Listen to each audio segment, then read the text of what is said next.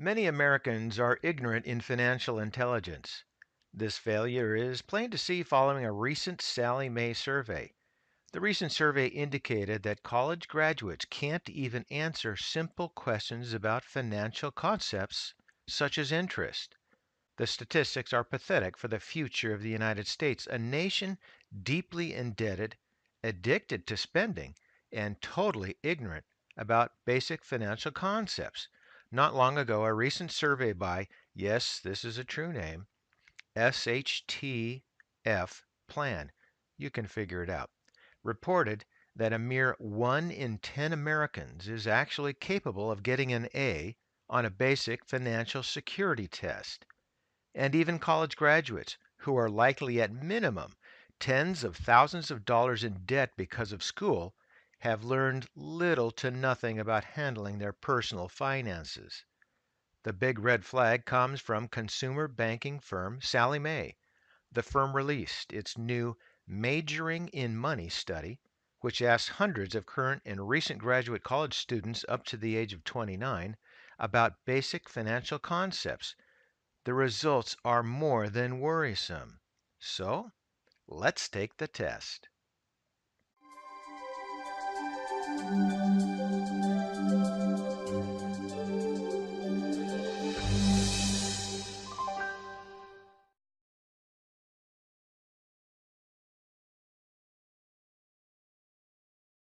Here we go. Question number 1. Interest accumulation.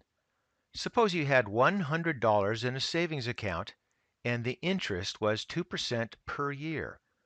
After 5 years, how much do you think you would have in the account if you left the money to grow? Multiple choice. A. More than $102. B.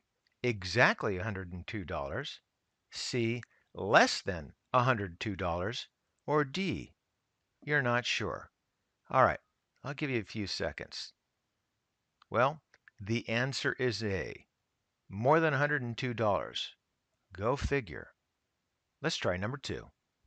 So here we have number 2, effects of payment behavior on credit cost. Assume the following individuals have the same credit card with the same interest rate and balance. Which will pay the most in interest on their credit card purchases over time? A.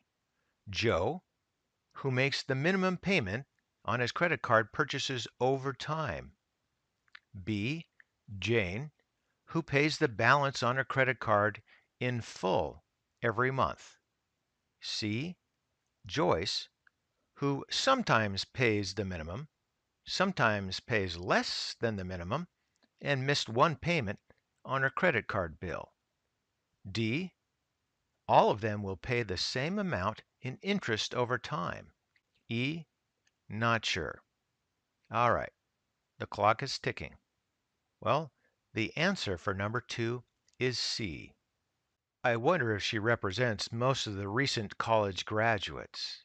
Let's go to number 3. And so we come to question number 3, impact of repayment term on cost of credit. So imagine that there are two options when it comes to paying back a loan, and both come with the same interest rate. Provided you have the needed funds, which option would you select to minimize your total cost over the life of the loan, meaning all of your payments combined until the loan is completely paid off? Answer A is option 1 allows you to take 10 years to pay back the loan. B, option 2 allows you to take 20 years to pay back the loan. C, both options have the same out-of-pocket costs over the life of the loan. Or D, not sure. Tick tock, tick tock. The answer to number 3 is A.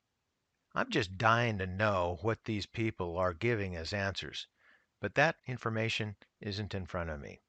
So let's go to question number 4. And finally, question number 4. This, in my opinion, probably was the most difficult of the questions, simply because you have to be familiar with financial terms. And many Maybe not all that familiar, but here we go. Question number 4. Interest terminology. Which of the following best defines the term interest capitalization? Answer A. The type of interest charged on high balance loans. B. The addition of unpaid interest to the principal balance of a loan. C. Interest that is charged when you postpone payments on your loan. Tick tock, tick tock. Are you ready? The answer for question number 4 is B.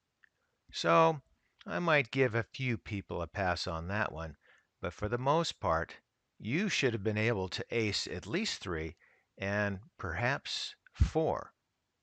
The fact that we have an entire generation, largely college educated, who can't answer these questions indicates that the United States may have a bleak financial future. Not knowing the answers to these questions could end up costing people a lot of money down the road.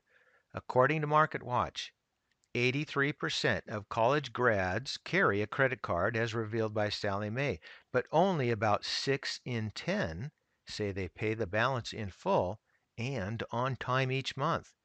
This coupled with the fact that nearly 7 in 10 college students take out student loans, graduating with an average of nearly $30,000 in debt. The decline in financial intelligence is more than evident. Clearly, our public schools are failing, but it's more than the failure of public schools, it's a failure of society at large. And there are so many ways to learn about personal finance, such as on this channel. So, subscribe and stay a while. You might learn something. For today, that's ChewDog Charts. Thank you.